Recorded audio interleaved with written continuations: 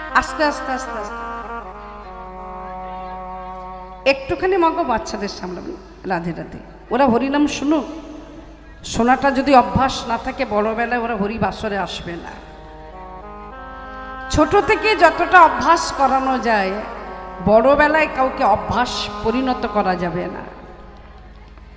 আজকে তোর চোখে জলের কারণটা কি আমি তোর বড় দাদা হয়ে জানতে চাইছি, তুই আমাকে বল। বহুবার প্রশ্ন করার পরে বলছে, ভাই তুই যখন বলতে চাইছিস না, দেখ আমি তো দুঃখের দুঃখী হতে পারতাম, সুখের সুখী হওয়া যায় কি? দুঃখটাকে ভাগ করা যায়, সুখটাকে ভাগ করা যায়, বিষয়টাকে ভাগ করা যায়। আর এই কলিযুগে আর একটা কি ভাগ হয় আমি বলবো না, আপনারা বলবেন। এদিকে নিশ্চয়ই হয় না? না, এদিকে হতে যাবে কেন? হয় না। বিষয় সম্পত্তি টাকা পয়সা যা পৃথিবীতে আছে সব ভাগ হয়, তার মধ্যে আর একটা বস্তু ভাগ হয়, সেটা কি বলবো আমি? বাবা মা। কি বাবা মা ভাগ হয় না? শুধু বাবা মা ভাগ হয় এই পর্যন্ত শেষ নয়, এর পরেও অনেকটা আছে। বাবা মা ভাগ করে দিলেও শান্তি নেই, এর পরেও বৃদ্ধাশ্রম।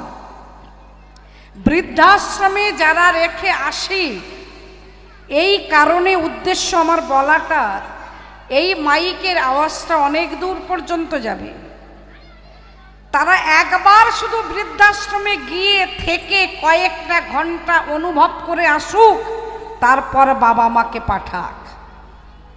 চাতক পাখিকে লক্ষ্য করবেন, তাকে যদি নদীর ধারে রেখে দেওয়া হয়, প্রচণ্ড পিপাসা, চাতক পাখি তবুও নদীর জলে নামবে না। আকাশের দিকে তাকিয়ে থাকে কখন মেঘ হবে, বৃষ্টি নামবে, তারপর ওই জল পান করলে তবে চাতক পাখির পিপাসা মেটে গোমা। প্রত্যেকটি বাবা মা যখন ওই বৃদ্ধাশ্রমে থাকেন, চাতক পাখির মতো চেয়ে থাকে কখন তার ছেলে মেয়ে আত্মীয় স্বজন বন্ধু বান্ধব আসবে। অথচ সেই বৃদ্ধাশ্রমে আমরা পাঠিয়ে দিচ্ছি। আজকে কানাইকে জিজ্ঞাসা করছে, বলরাম তুই কাঁদছিস কেন, তোর কান্নার কারণটা কি? এইবার কানাই মাথাটা উঁচু করে বলে উঠল, দাদা অহংকার। এ জগতে আমি সব সইতে পারি, আজও পারলাম না কারোর অহংকার সহ্য করতে। কার অহংকার? কৃষ্ণপুত্র শাম্ব পেটে একটা লোহার কড়াই বেঁধেছে, দাদাদেরকে সঙ্গে নিয়ে গর্ভবতী রমণীর সাজে সেজে মুনি ঋষিদের কাছে গেছেন ঠাট্টা তামাশা করতে। ওহে মুনি ঋষিগণ, আপনারা বলুন, এর জঠরে কোনো পুত্র আছে না কন্যা আছে? একবার নয় বহুবার, বারবার যখন তপস্যায় ব্যাঘাত ঘটাচ্ছি। একটু আগে আপনাদের কাছে একটা কথা বললাম যে হরি নামে আন কথা বললে কত বড় অপরাধ হয়, এক্ষুনি তার প্রমাণটা দেখে নিন। আমার কথা নয়, প্রত্যেকটা শাস্ত্র মতো আপনারা শুনতে পাবেন বা জানতে পারবেন। যখন কৃষ্ণের পুত্ররা মুনি ঋষিদের তপস্যা ভাঙাতে গেছেন, যেখানে ভগবানের নাম হয়, যেখানে তপস্যা হয়, সেখানে ব্যাঘাত ঘটানো তো দূরের কথা, আন কথা বলা যায় না। বারবার বলে উঠলেন, আপনারা ভূত, ভবিষ্যৎ, বর্তমান সবকিছু যদি গণনা করতে পারেন বলুন, এর জঠরে কোনো পুত্র আছে না কন্যা আছে? তপস্যা ভেঙে গেল। বলে উঠলেন, ওরে বাপ, ভগবানের একটু তপস্যা করছিলাম, তোরা ভেঙে দিলি তপস্যা। তবে শোন, এর জঠরে যাই থাক, 10 মাস 10 দিন পূর্ণ হবে, একটা মুষল লোহার ফাল প্রসব করবে, আর ওই মুষল হতেই তোদের 56 কোটি যদু বংশ ধ্বংস হবে। কি বুঝলেন? যদু বংশটাকেই ধ্বংস করে দিলেন। আর আমাদের একটুখানি সংসার, 4-5 জন বড় জোর 10-12 জন, এইটুকু সংসারের মধ্যে দিয়ে আমরা একটু হরির বাসরে যে এসেছি, তাতে যদি আন কথা অন্যমনস্ক হয় তাহলে সংসারের ক্ষতি হবে নাকি লাভ হবে? হরি বল। হরি নাম শুনে যত পুণ্য অর্জন করা হয় তার অধিক বেশি ক্ষতি হয় হরি নামের বাসরে গিয়ে আন কথা বলা। এর মতো অপরাধ আর নেই। এটা ছিল 56 কোটি যদুবংশ ধ্বংস হওয়ার কারণ। আর একটা কারণ শুনবে দাদা, কলিযুগে ছলনার আশ্রয় নেয়।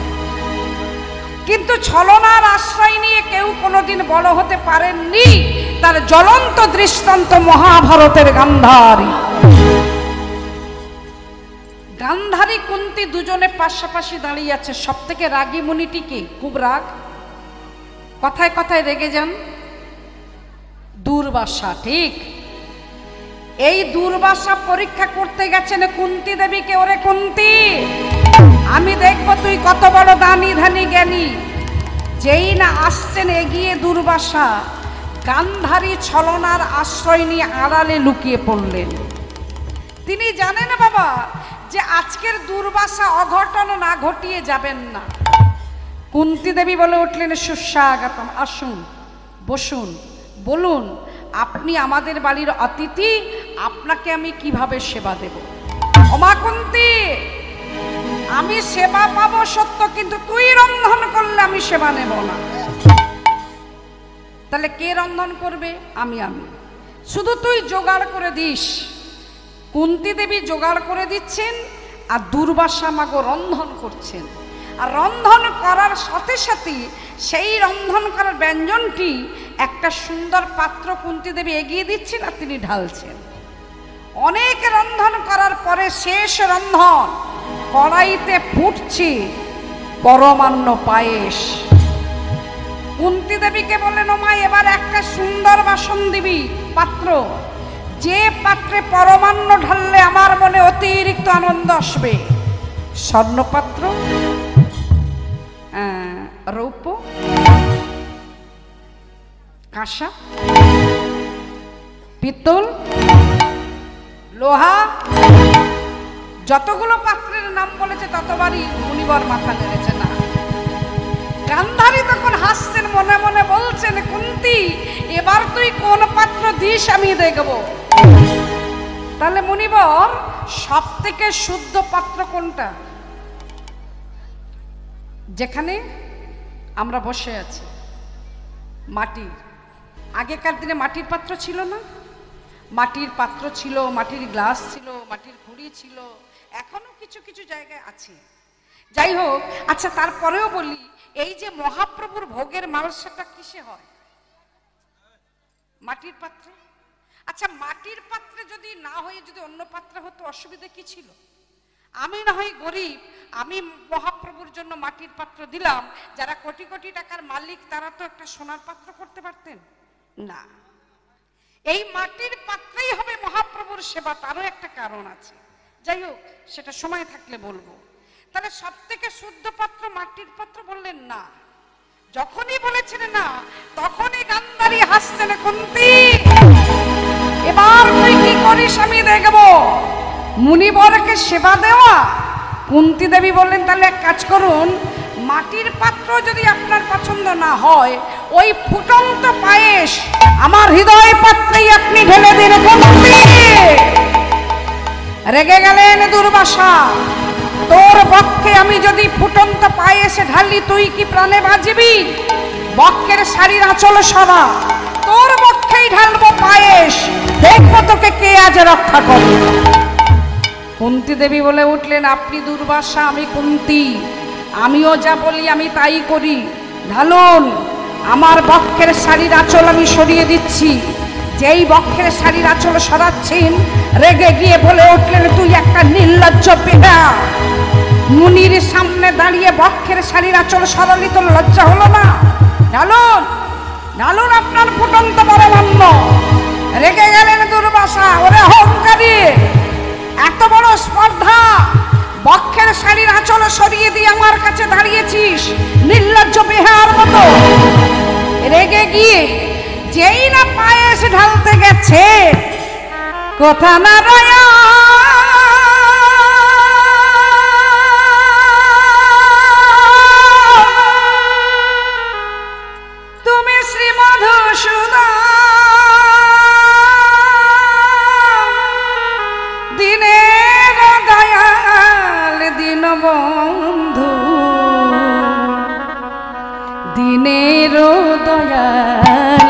দিনু বন্ধু বন্ধু দিনের দয়াল দিনু বন্ধু বলি কোথায়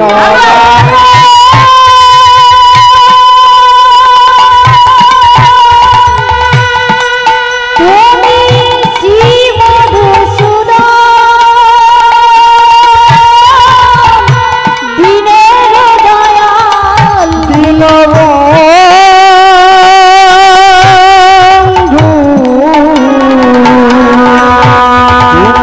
দিনের দয়াল দীনবন্ধু রাখো হে চরণ তলে হরি মিনতি আমার ওই চরণে আমি সবই সপিলাম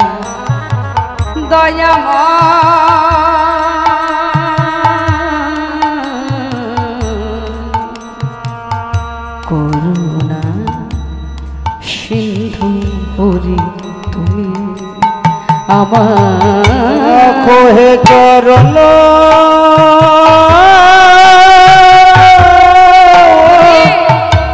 তলে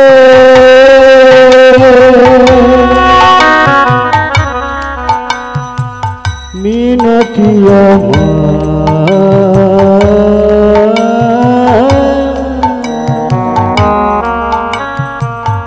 ওই চরণে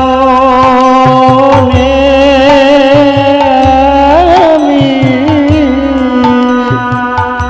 সবই সপিলাম করুণাময় তুমি করুণাকার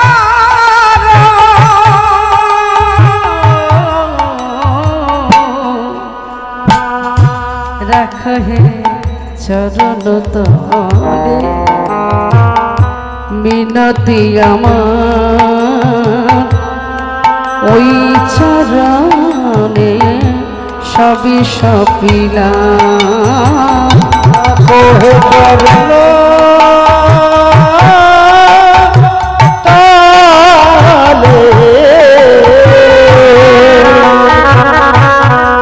দয়াময় মিনতি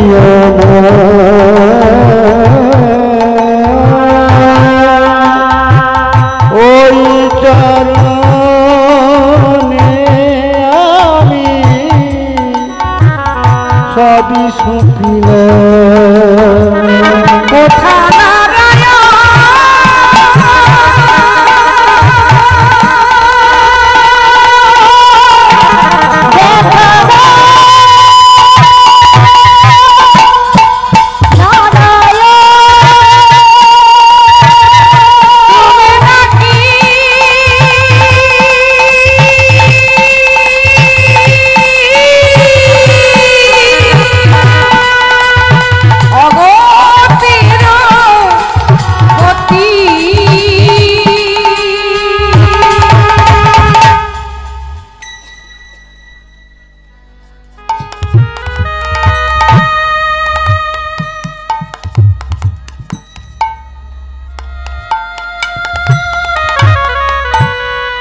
সমস্ত পরমান্ন ঢালা শেষ।